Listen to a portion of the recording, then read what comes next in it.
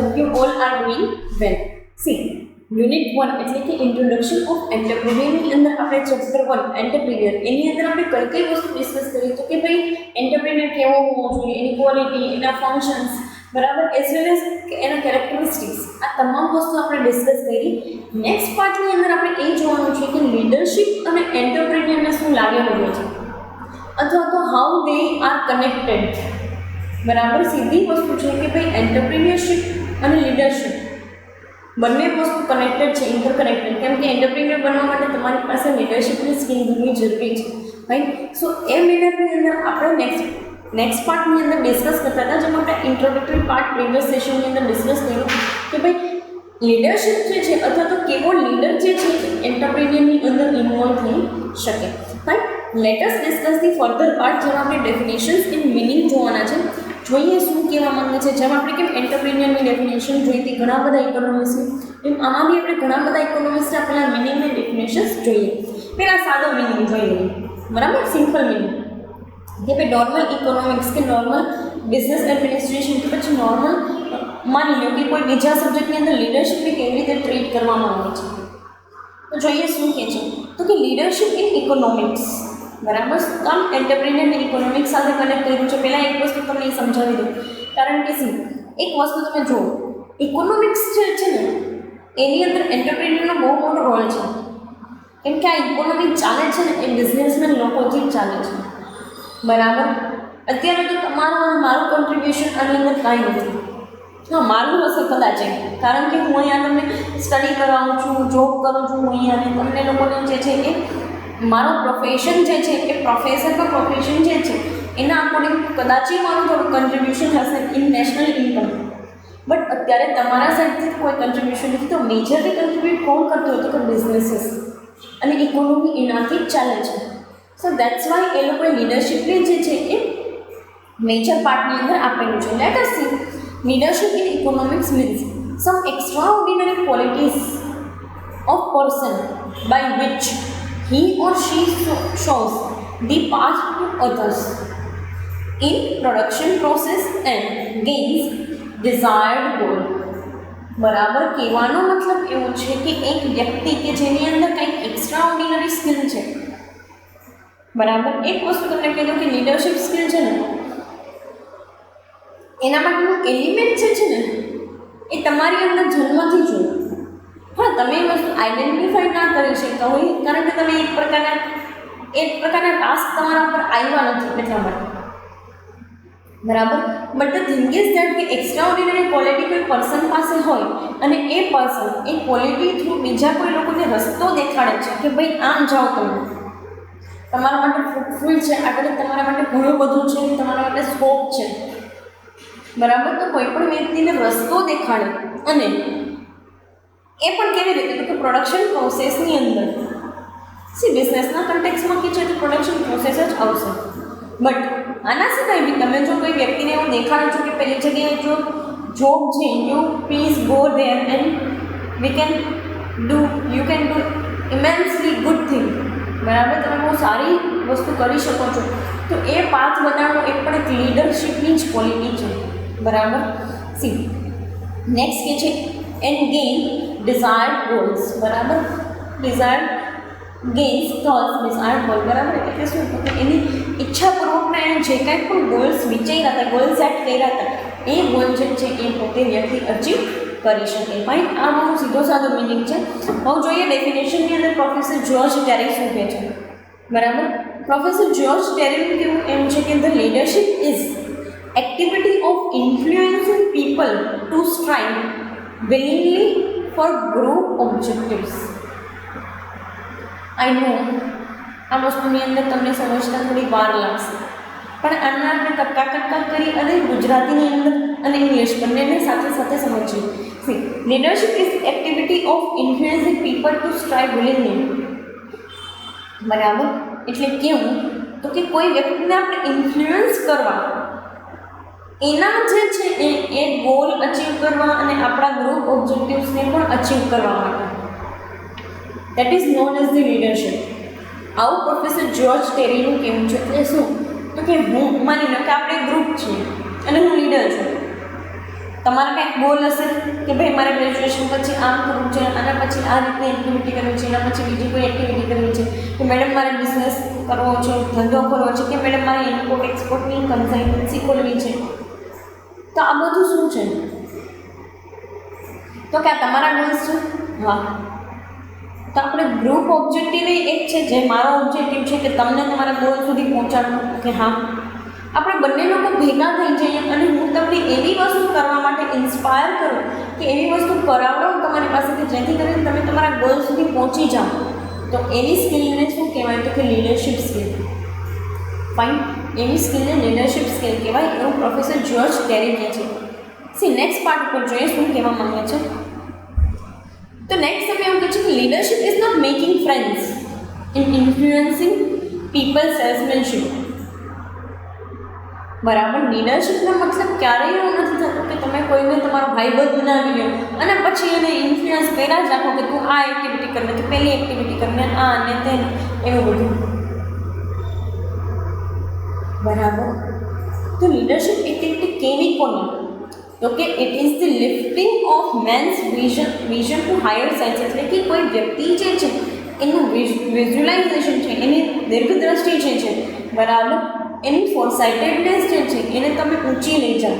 એટલે કે હું એવું માનતી હોય કે ભાઈ હું આ કામ કરી શકીશ, તો હું તમને એના કરતાં બિયોન્ડ વસ્તુ બતાવું, એટલે કે એના કરતાં એક ઉપરની વસ્તુ બતાવું કે તમને એવું લાગે કે હું તો આ કામ તો કરી જ શકીશ, આના સિવાયનું ઉપરનું કામ કરી શકીશ, આના કરતાં પણ આગળ વધી શકીશ. તો uplifting of man's vision, the rising of man's performance to higher standard. હવે તમે અત્યારે કોઈ પણ વસ્તુ લખો છો, તમને ઇંગ્લિશમાં લખવામાં પ્રોબ્લેમ થાય, હું તમને શીખવાડી દઉં કે તમારે આટલી વસ્તુ કરવાની છે ઇંગ્લિશ શીખવા માટે. તો શું થાય? તો કે આમ મેં શું કહ્યું? તો કે તમારા પરફોર્મન્સનું સ્ટાન્ડર્ડ અપ કર્યું. શું કામ? By teaching you the English. બરાબર, the raising of man's performance to higher standard. વ્યક્તિ જે છે એના પરફોર્મન્સ જે છે એને હાયર સ્ટાન્ડર્ડ પર લઈ જવા માટે. The building of man's personality beyond normal limitations. એટલે કે એક વ્યક્તિ વિચારે છે એના કરતાં એની પર્સનાલિટી જે છે એને એક લેવલ અપ લઈ જવી. ફાઇન, તો એ વસ્તુ આખી એક્ટિવિટી જે છે એને પીટર એફ ડ્રકર એવું કહે છે કે લીડરશિપ કહેવાય. લીડરશિપ એટલે એવું નહીં કે તમે તમારો ભાઈબંધ, તમારો ભાઈ કે તમારી બેન, બરાબર, તમારા કરતાં જે વ્યક્તિ નાના હોય એને તમે ઇન્ફ્લુઅન્સ કરો, તમે એની જોડે ફ્રેન્ડશિપ કરો અને પછી એને તમે ઇન્ફ્લુઅન્સ કરો કે ભાઈ તું આવું કામ કરને, તે કામ કરને. એ વસ્તુ નથી લીડરશિપ. લીડરશિપ શું છે? તો કે એનું વિઝન જે છે એને અપલિફ્ટ કરવું, એનું પરફોર્મન્સ વધારવું અને એની પર્સનાલિટી જે છે, બરાબર, એનું વ્યક્તિત્વ જે છે એને તમે બદલવાની કોશિશ કરો. That is known as the leadership. Fine, so let us C કે તમારામાંથી કેટલા લોકો લીડર જે છે એ બની શકે છે, ગુડ લીડર્સ. ફાઇન, નેક્સ્ટ તમને આપેલું છે એલ્ફોર્ડ એન્ડ બેટી. બે પ્રોફેસર્સ છે, એલ્ફોર્ડ એન્ડ બેટી, એ બંને ભેગા થઈને એકદમ ડેફિનેશન આપેલી છે લીડરશિપની. લેટ અસ સી શું કહેવા માંગે છે. Leadership is the ability to secure desired action from a group of followers voluntarily and without the use of coercion. કોર્શન એટલે કે ધમકી. આ છેલ્લો શબ્દ તમને આપ્યો છે ને, કોર્શન. કોર્શનનું મિનિંગ થાય ધમકી. બરાબર, તો કહેવા શું માંગે છે? તો કે તમે કોઈ વ્યક્તિ જે છે એની પાસેથી તમે તમારું ધાર્યું કામ અને એનું ધાર્યું કામ બંને કરાવડાવો છો.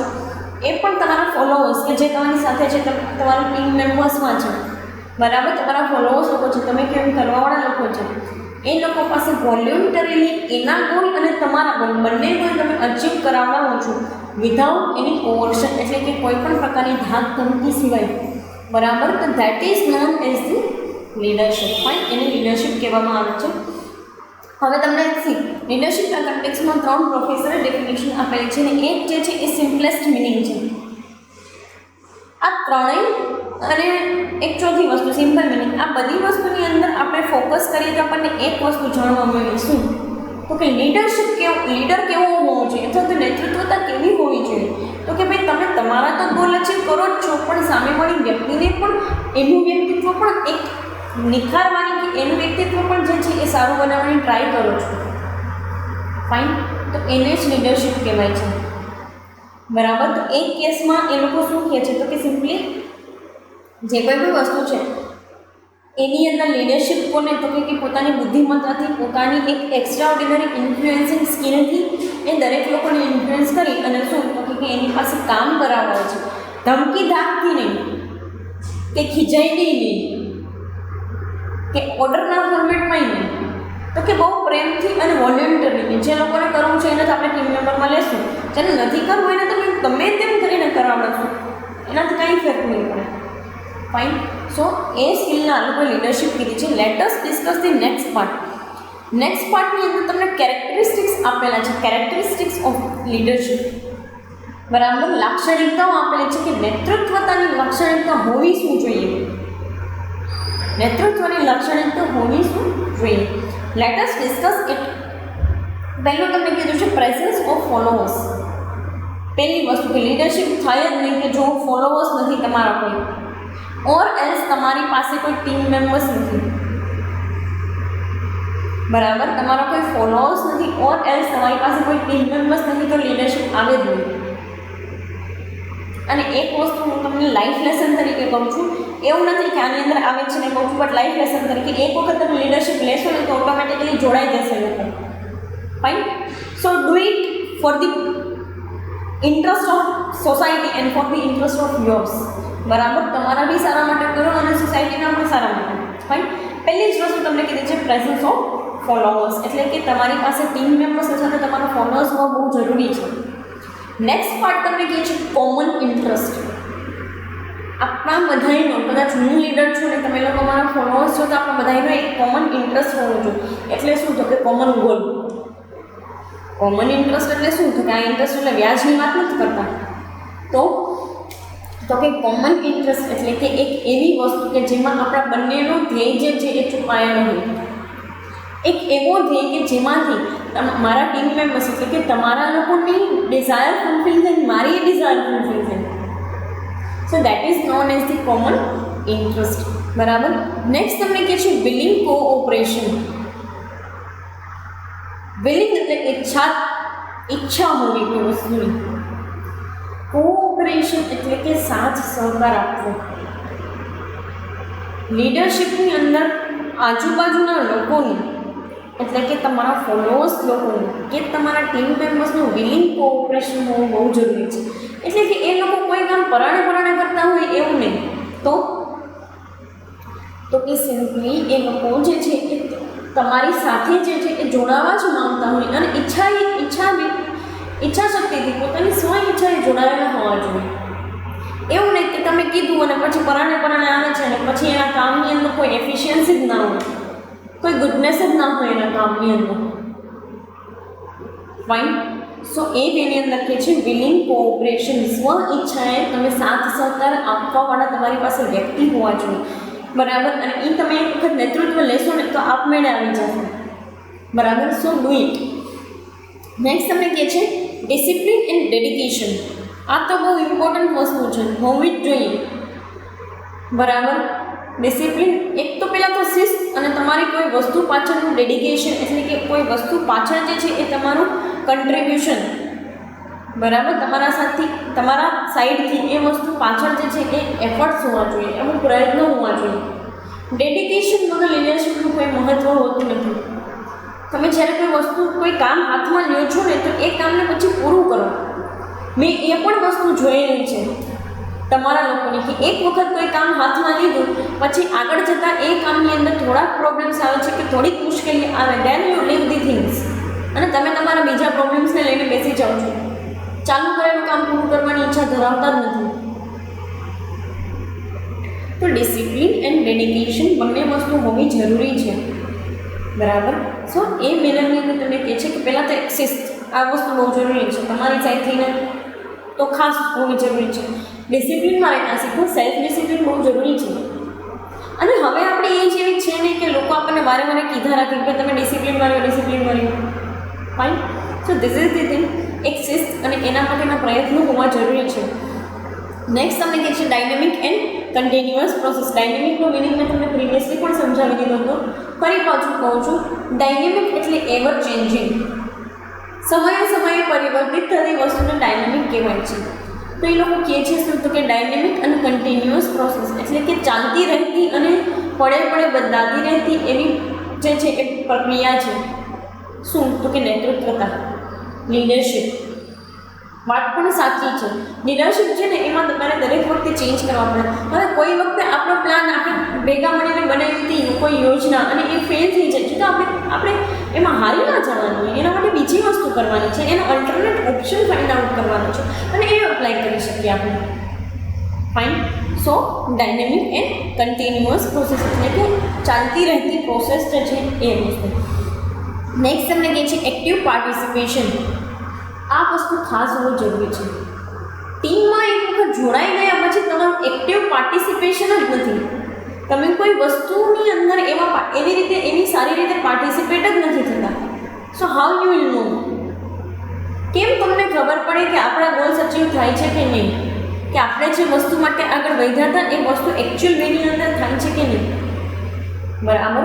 તો કોઈ વસ્તુમાં જોડાવ છો, કોઈ ટીમમાં જોડાવ છો, બરાબર, અથવા તો કોઈ ટીમને ફોર્મ અપ કરો છો, તમે પોતે લીડર છો સાથે ટીમ મેમ્બર્સ જોડાય છે, તો એમાં પાર્ટિસિપેશન, એક્ટિવ પાર્ટિસિપેશન હોવું બહુ જરૂરી છે. તમે ટીમ બનાવી અને તમે એમ વિચાર્યું કે ભાઈ આપણે પ્લાન્ટેશન એક્ટિવિટી કરશું અને જે દિવસે પ્લાન્ટેશન કરવાનું હોય તે દિવસે 15માંથી ખાલી 5 જણા જઈને હોય તો પાર્ટિસિપેશન નથી અને એના માટે તમારે એફર્ટ્સ કરવા પડશે કે ભાઈ પાર્ટિસિપેશન વધી શકે. બરાબર. So this is the thing. Next તમને કહે છે નોલેજ એન્ડ સ્કિલ્સ. આ વસ્તુ પણ બહુ જરૂરી છે લીડરશિપની અંદર. કેવી રીતે? તો કે સિમ્પલી નોલેજ જે છે એ તમારી પાસે દરેક વસ્તુનું જ્ઞાન હોવું જોઈએ. પછી તમે કોઈને કહી શકો ને કે ભાઈ હું આ કહું છું એ વસ્તુ સાચી છે, તું જોઈ લે, આ જગ્યાએ તને એનું પ્રૂફ પણ મળી જશે. તો તમારી પાસે એ વસ્તુનું નોલેજ છે, એ વસ્તુનું જ્ઞાન છે, તો તમે એને સાચી સાબિત કરાવડાવી શકો. સ્કિલ્સ, તમારી અંદર અમુક ક્ષમતાઓ છે, બરાબર, તો એ ક્ષમતા અનુસાર તમે એ લોકો જે છે એની પાસેથી કામ કરાવડાવી શકશો. કે કાંઈ વાંધો નહીં ભાઈ, આ વખતે ફેલ થયા તો શું કાંઈ વાંધો નહીં, હું તને બીજો એક ઓપ્શન આપું, તો એના ઉપર કામકાજ કર, એના ઉપર વર્કઆઉટ કર. બરાબર. તો આ વસ્તુ લીડરશિપની અંદર બહુ જ એસેન્શિયલ છે. નેક્સ્ટ તમને કહે છે goal achievement. See this is also the we can say that the basic and most important. Goal achievement થતા જ નથી તો પછી ટીમ મેમ્બરનું કંઈ એમાં કન્ટ્રીબ્યુશન નથી કે ટીમ ફોર્મઅપ કરવાનો કોઈ મિનિંગ નથી. ગોલ અચીવ થવા છે ને બહુ જરૂરી છે. જ્યારે તમે ટીમ ફોર્મ કરો ને ત્યારે તમારે દરેક વ્યક્તિને એ વસ્તુ યાદ દેવડાવતી રહેવી પડે સમયાંતરે કે આપણે આ ગોલ માટે, આ ધ્યેય માટે ભેગા થયા છે અને એ ધ્યેય આપણે અચીવ કરવો છે, એ ગોલ આપણે અચીવ કરવો છે. તો લોકો જે છે એ તો તમારી આ એન્ટરપ્રિન્યોરશિપ સ્કિલ જે છે એ સફળતાપૂર્વક તમે લોકો સુધી પહોંચાડી શકશો અને તમારા ટીમ મેમ્બર્સના પણ ગોલ અચીવ કરાવડાવી શકશો. અને આ જરૂરી છે.